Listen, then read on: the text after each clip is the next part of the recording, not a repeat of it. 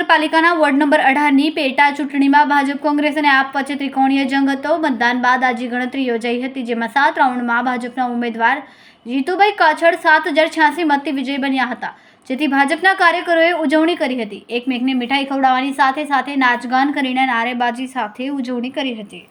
સુરત પાલિકાના ward number 18ના corporator gamer દેસાઈના અવસાન બાદ ખાલી પડેલી જગ્યા માટે ચૂંટણી જાહેર થઈ હતી। તેના માટે આજે સવારથી મતગણતરી થઈ રહી હતી, જેમાં પહેલા રાઉન્ડથી ભાજપના ઉમેદવાર આગળ હતા। ત્યારે ભાજપના ઉમેદવારને 17,359 મત મળ્યા હતા, જ્યારે કોંગ્રેસના ઉમેદવાર સંજય રામાધાર રામાનંદજીને 10,273 મત મળ્યા હતા। આમ ભાજપના ઉમેદવારની 7,086 મતથી જીત થઈ હતી। ભાજપ વિજયી ઉમેદવાર જીતુભાઈ કાછડે પ્રથમ પ્રતિક્રિયા આપતા કહ્યું કે લોકોએ મારા પર વિશ્વાસ મૂકીને વિજય બનાવ્યો છે। આ ભાજપના વિકાસની જીત છે, વડાપ્રધાન નરેન્દ્ર મોદીએ કરેલા કાર્યોની જીત છે। આગામી સમયમાં થોડો સમય ભલે મળ્યો હોય, પરંતુ તેમ છતાં આગામી સમયમાં લોકોનો વિશ્વાસ વધુ સંપાદિત થાય તે હેતુથી લોકોના કાર્ય વધુ કરવામાં આવશે। જી, આપનું નામ?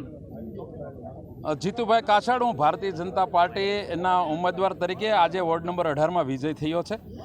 વોર્ડ નંબર 18ના ઇલેક્શનની અંદર ગુજરાત પ્રદેશના અધ્યક્ષ અને જળશક્તિ મંત્રી આદરણીય શ્રી સી આર પાટીલના સાહેબના માર્ગદર્શન હેઠળ અને સુરત શહેરના અધ્યક્ષ નિરંજનભાઈ ઝાંઝમેરા અને સુરત શહેરના સંગઠનથી લઈને અમારા દરેક બૂથ લેવલના કાર્યકર્તા આ ચૂંટણીના મેદાનમાં હતા અને ભારતીય જનતા પાર્ટીનો 7,086 વોટથી વિજય થયો છે।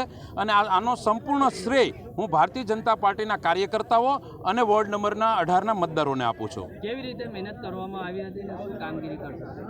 ભારતીય જનતા પાર્ટીનો કાર્યકર્તા હંમેશા ચૂંટણી માટે તૈયાર હોય છે અને દરેક મોહલ્લા શેરીની અંદર એક કાર્યકર્તા મેદાનમાં હતો અને એનું આ પરિણામ છે। આગળ શું કેવી રીતે કામગીરી?